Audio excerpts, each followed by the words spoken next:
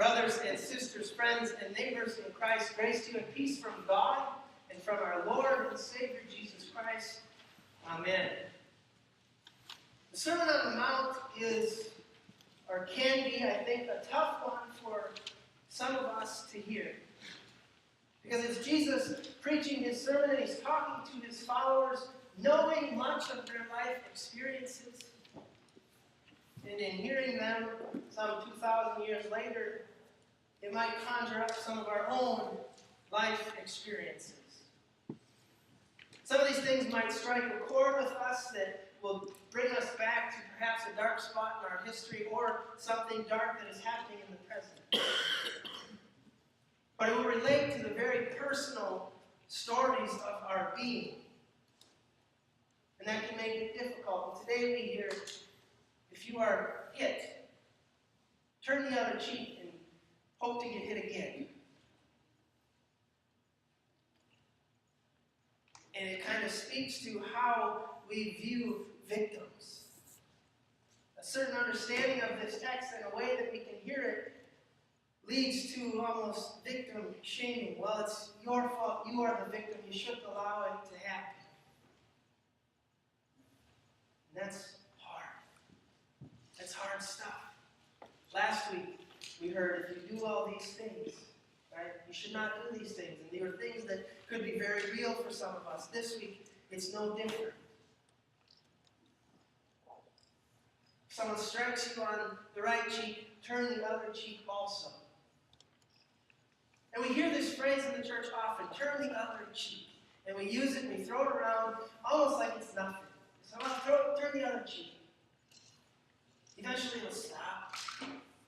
But I heard a sermon preached on this my first year in seminary working at University Lutheran Church of Hope. It was the campus pastor at the University of Minnesota that preached it, Pastor Kate Reuter, and she referenced a book. But I'm in need of a volunteer, someone willing to strike me.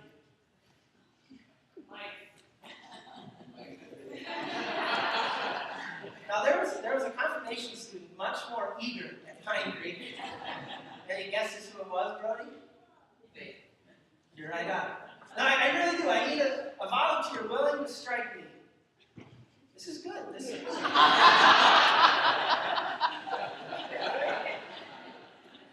Someone come up here. Alex, get up here. You just finished a season of hockey where you're not allowed to fight, right? You're probably ready to hit somebody, okay? Now, hold on. So now, there's context clues here. And this comes from a book by Walter Wake, Powers That Be, A Theology for a New Millennium. It was written in 1998. But she referenced this. But Alex says, if you are struck in the right cheek, now I want you to get ready to hit me in the right cheek. This is my right cheek. Yeah, this is my right cheek, okay? He raises his left hand and makes a fist. Now, in Jesus' time, that hand was dirty. Like, there's only one thing you did with that hand. And after that, you wouldn't touch anybody with that hand. So you can't use that hand. But he made a fist. He was ready to punch, to hurt, right? We'll come back to that. So how are you going to strike me in my right cheek? Not using that hand, right? You're going to backhand me, right? So you would backhand me. Now, the backhand was a way that people who were in power would put those under them back in their place. You are out of line. You need to get back in your place. I'm going to backhand you. Okay? So you just backhanded me in the right cheek. Now I'm going to turn my other cheek. And a punch and a slap were to hurt. You don't want to hurt here. A backhand was to put them in place, humiliate them, degrade them, remind them of their spot in society. So how are you going to hit me in the other cheek? Yeah, exactly. You can't slap, you can't punch. Try to backhand me. And it's not going to hurt. Sit down. Okay? Now, the punch was to hurt. And they didn't want to do that. It wasn't, I'm going to hurt you. It was, I am your master, you are my slave. I'm your husband, you're my wife, I'm your parent, you're my child. I'm the Roman, you're the Jew. I'm going to put you in your place. And it was a backhand. It wasn't a punch to hurt. It was a backhand to humiliate, to degrade, right?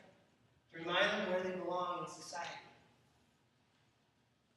you turn the other cheek to get the left after you've already got the right, and you can't use your left hand because it's dirty, right? To backhand someone in the left cheek with your right hand, they look like the fool. Okay? And what Jesus was saying is, you matter. Because he was talking to a gathering of a bunch of Jews who know this all too well, who've been put in their place all too often. And he's saying, you matter. He's telling them, you matter. You stand up by saying, hit me in the other cheek. You're saying, you don't have a next move. He's telling them, you matter, and you demand that they know that you matter. Now, it has to go beyond simply saying, you matter. Because if someone who is oppressed, if the slave were to say to the master, hit me the other cheek, eventually it's going to come to that fist, where that hit is going to be to hurt. They didn't want to do that, because they still want him to work for them. They just wanted to remind them where they belong. So they're going to want to keep that backhand, right, ready to use.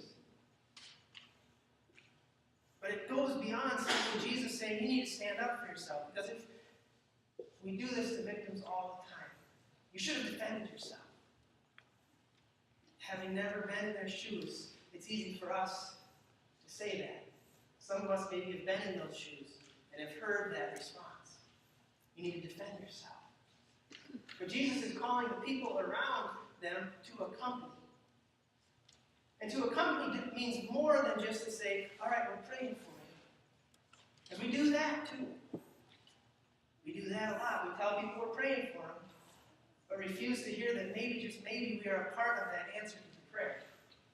That in accompanying, we take it upon ourselves to find a solution.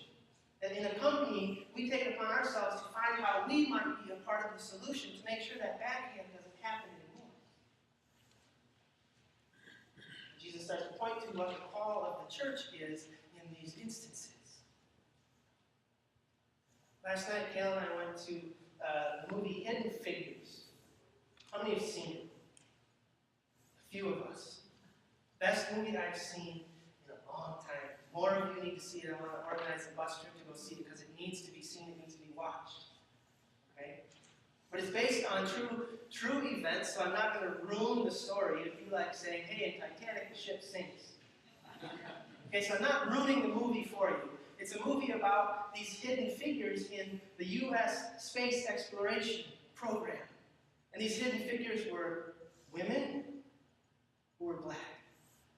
And it takes place in 1961, right? And there are these three women who are the main characters, the main stories, their main stories were the center of it. And they were the computers, they were the brains behind, they were the ones that would check all the work that put people in space. And there's a moment. Each of these three characters has their turn the other cheek moment where they say, I'm mad. I am here, I am someone. And the one who works in the space task group, she has to go to the bathroom, she has to run to the other side of the campus at Langley to get to the colored ladies' bathroom. And in doing so, she brings all the math that she has to check with her so that she doesn't stop working. But she has to run the half mile to the other side of this campus in order to go to the bathroom. And her supervisor notices she's gone in a moment when he needs her. And she gets back and says, where have you been? It's been 40 minutes. And she has her turn the other cheek moment. And in an impassioned speech, she says, I am someone, I matter to what's going on here.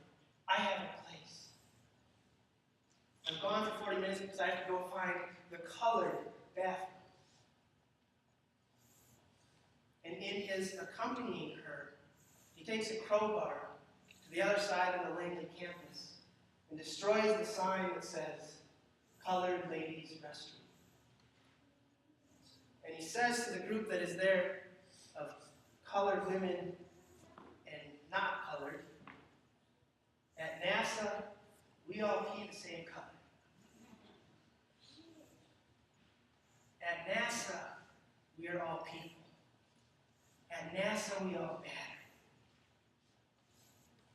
In accompanying, he is a part of the solution. He doesn't just say to her, well, I hope it gets better. He says to her, I'm going to do my part to make it better for you. And now we're sitting there and seeing all these moments. We heard the people around us audibly gasp. And I would say we were the youngest people in that theater by half. Most of the people were twice our age. The average age was probably over twice our age. And we were hearing these people audibly gasp, and we said, they were here. They lived these moments. They lived through this movement. How is this a surprise to them? And we thought, well, they were maybe 13, 14 years old. Who knows what was going on in their lives? But they were there. And now some of you are maybe thinking, who is this 30-year-old young punk to talk to me about what it was like to be there in the 60s? Fair.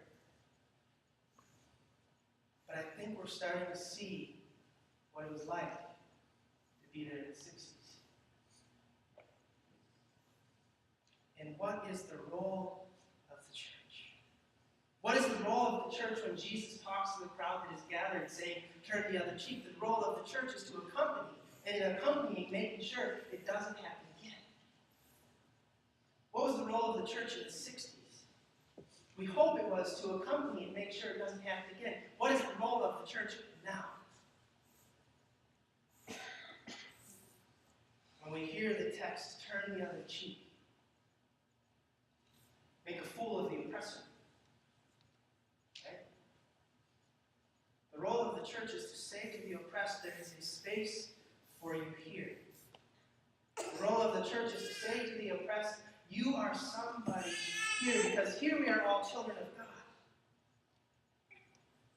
God. Here we all matter. Here we all bring something to the table. And if there's something in the way of people getting to the table, we get rid of it. Because here we are all God's children. People of God. Called to accompany. To live this life together. Amen.